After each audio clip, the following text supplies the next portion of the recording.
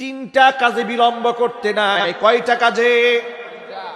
এক নাম্বার হচ্ছে নামাজের সময় যখন হয়ে যায় নামাজকে বিলম্ব করা যাবে না। দু নাম্বার হচ্ছে জানাজা উপস্থিত হয়ে গেলে, মানুষ মারা গেলে জানাজায় বিলম্ব করা যাবে না। যদিও আমাদের দেশে এখন ফ্যাশন করে লাশকে ৩-৪ দিন ঝুলায় রাখে। কথা কন ঠিক কিনা? যে যত বড় মাপের নেতা তার জানাজা তত দেরি, ঠিক কিনা বলেন? কত জায়গায় যে জানাজা হয়, সারা জীবন নামাজ পড়ে এক ওয়াক্ত, মরার পরে 14 বার জানাজা হয়েছে। কথা বলেন? সারা জীবন নামাজ পড়ে এক ওয়াক্ত, মৃত্যুবরণ করার পরে বিশাল বড় বড় জানাজা হলো, তো লাভ হলো কি? কি লাভ হবে? এ হচ্ছে 2 নম্বর ব্যাপার। 3 নাম্বার হচ্ছে ছেলে মেয়ে বিবাহের উপযুক্ত হয়ে গেলে বিলম্ব করা যাবে না, বিবাহ দিয়ে ফেলতে হবে। কারণ যে সমাজে বিবাহ সহজ হয়ে যায় সেই সমাজের মধ্যে জিনা ব্যভিচার হওয়ার সম্ভাবনা একদম 0% চলে আসে।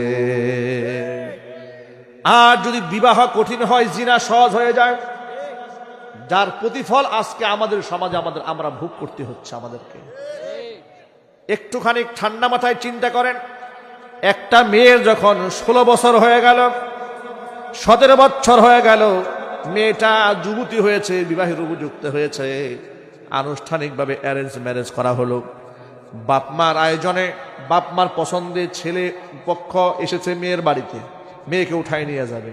এই সংবাদ থানায় জানানো হলো। টিউনো অফিস থেকে টিউনো স্যার এসে হাজির, থানার ওসি সাহেব এসে হাজির, দারোগা এসে হাজির। কেন? বাল্য বিবাহ বন্ধ করতে হবে।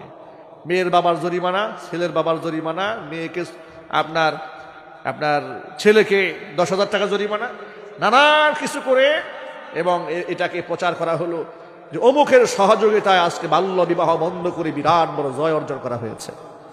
বাস্তবতা আছে না নাই?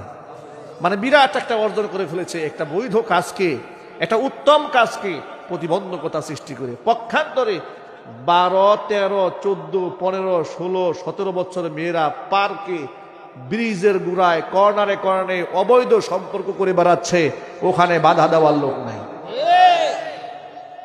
বাল্য বিবাহ বন্ধ করার জন্য আইন হয়েছে, কিন্তু বাল্য প্রেম বন্ধের কোনো আইন দেশে নাই।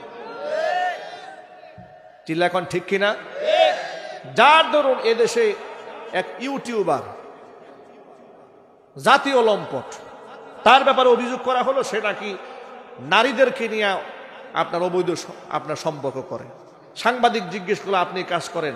তিনি বললেন আমি কারোর সাথে জোর করে করি না, কেউ ইচ্ছা করে যদি করতে চায় আমি বাধা দেই না।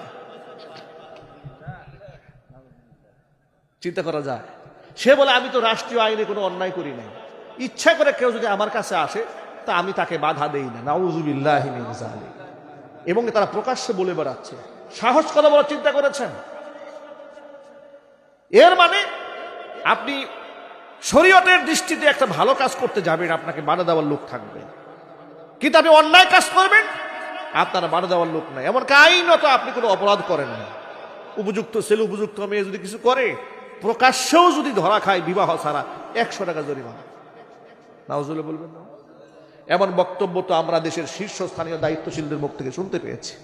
এই জন্য জাতির কপালে অভিশাপ লেগেছে। চিল্লা এখন ঠিক কিনা?